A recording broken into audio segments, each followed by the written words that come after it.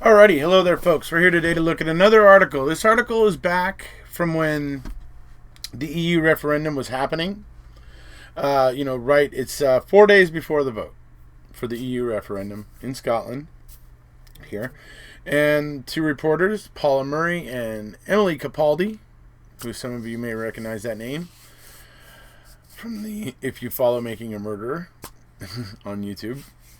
And these ladies went to a town called, and I do apologize if I'm going to pronounce this incorrectly, but Auchtermuchty is the town.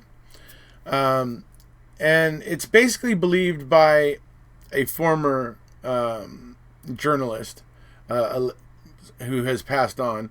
This person always felt that the pulse of Scotland kind of was in Auchtermuchty.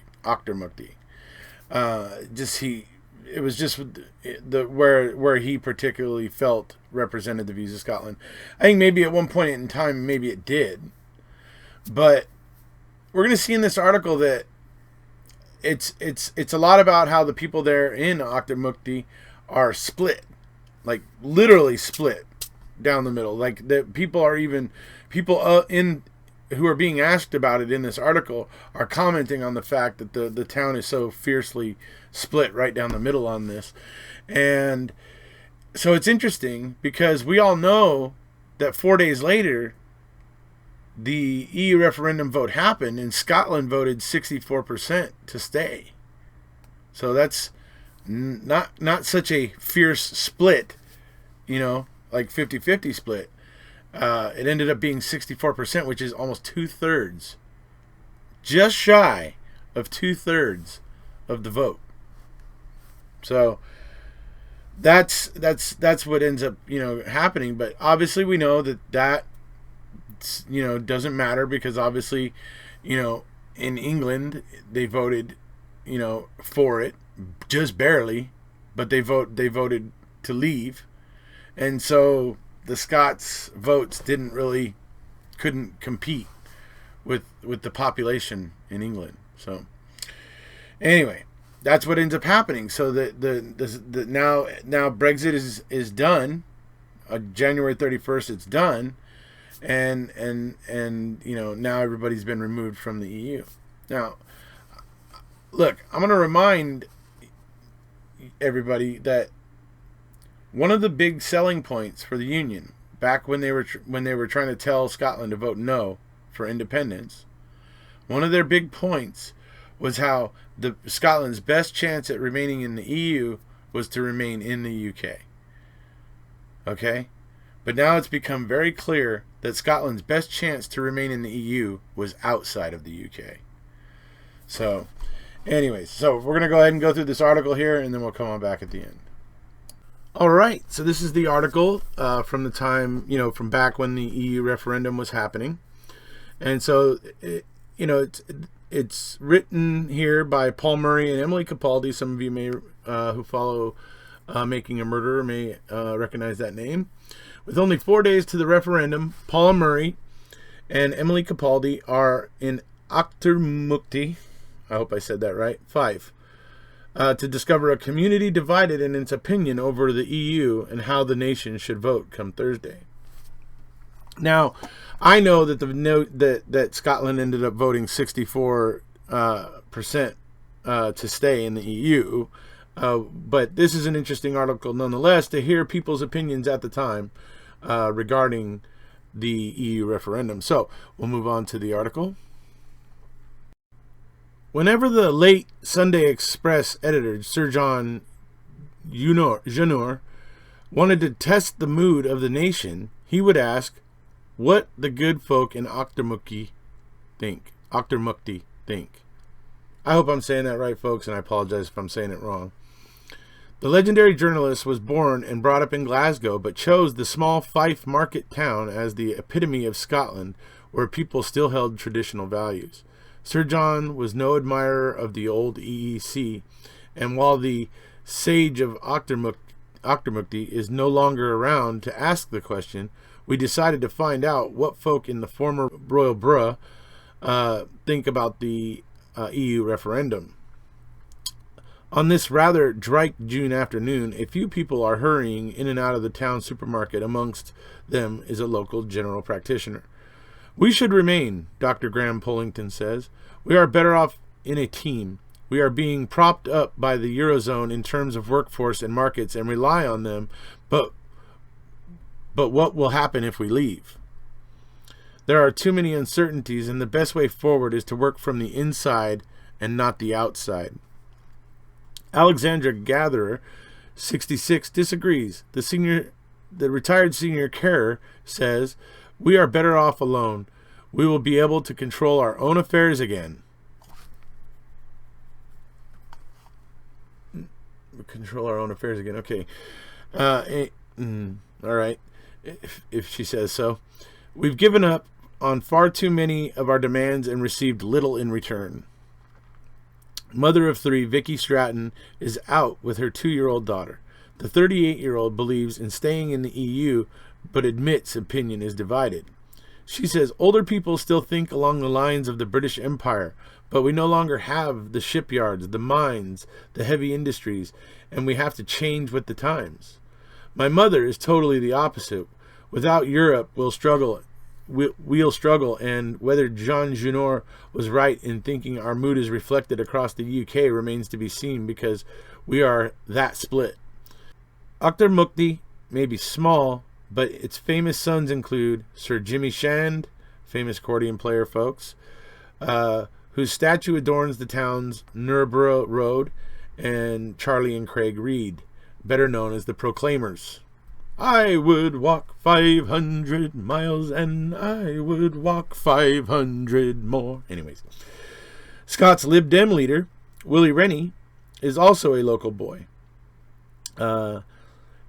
It once had a thriving linen industry and even a distillery, but job opportunities are sparse these days. With St. Andrews, Dundee, and Perth all within 20 miles and Stirling just 30 miles away, most folks commute to work.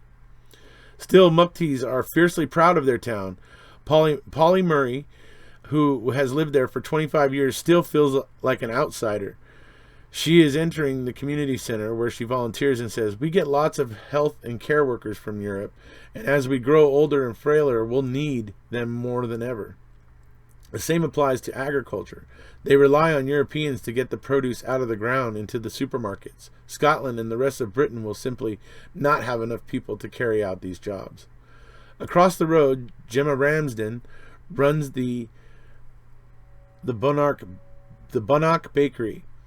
The 33-year-old from Somerset is new in town, but has lived in Fife for years.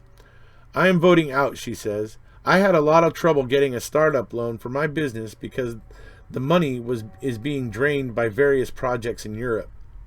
This is a local business, very much relying on Scottish and English suppliers, and our market will always be domestic." Down in the local pub, the Cycle Tavern, 74-year-old Richard Gregg is voting Remain. He said, "If it was only about the money, then fine. But with all the trouble in the world, we can keep that under control if we work together in Europe. It's not perfect, but we need to make the best of what we have." So I kind of like this article because, it kind of takes me back to when the EU referendum was happening and stuff. So that I get a kind of, from this article, I get a feeling of what some of the people were thinking, some of the people's reasoning. Like, for instance, the lady that was opening a bakery. I totally get her concerns. If money was unavailable to loan her to help her get her business started because of projects that were going on in Europe, I can see how she would have a problem with that, because she makes cakes, folks. Of course her business is going to be domestic.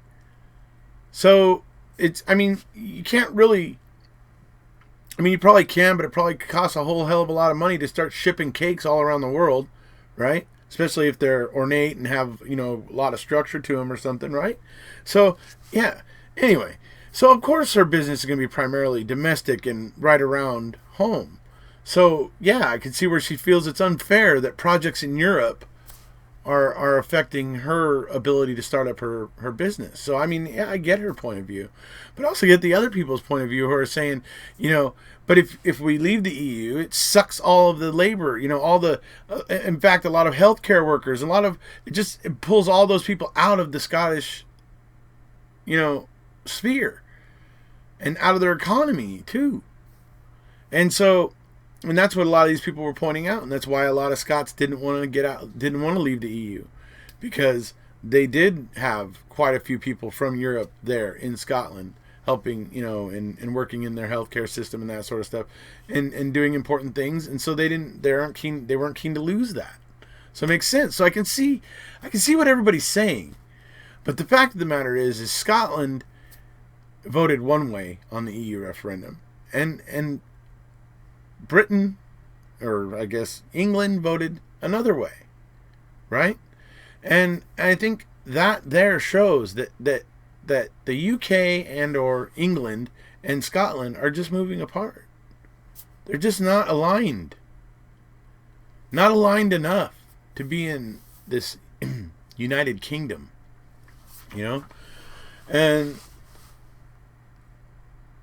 it's the will of the people that ultimately matters. And so obviously with coronavirus right now, obviously independence is going to get put kind of on the back burner, obviously, while Scotland and the Scottish Parliament and the UK deal with corona, just like the rest of the world has to deal with it, right? So obviously it's going to be put on the back burner. Yeah, but people are going to keep talking about it. Okay? I already read an article that because, and I had made the suggestion, I don't know if they listened to me or not, but I had made the suggestion that instead of having the march in Arbroath, that they could do a online streaming event type of thing, and I, pointed out an event we did over on my other channel and with 3 other people's channels, where we did a 48-hour streaming event between 4 different channels where we were always live for a 48-hour period. And I had suggested that they could do something similar with their independence marches that way, because they'd be online, you'd be in virtual chat rooms and virtual rooms with people, and where you can't spread the virus to each other, and everybody can still be showing their passion, their spirit for independence and all that sort of stuff. So, and I read an article that they're doing just that. So that's something else to look forward to coming up here, while the world deals with Corona, COVID-19. So, all right, folks, that's about it for this one. I'll be looking for more articles like this one that kind of are a blast from the past and kind of get the pulse of what was going on back at the time of the EU referendum, and also, of course, back during the original independence vote for Scotland. Anything, I'm going to continue to look for material from those times, because I think it's interesting, like it was here today. So anyways, if you haven't already, please hit subscribe, and we'll see you.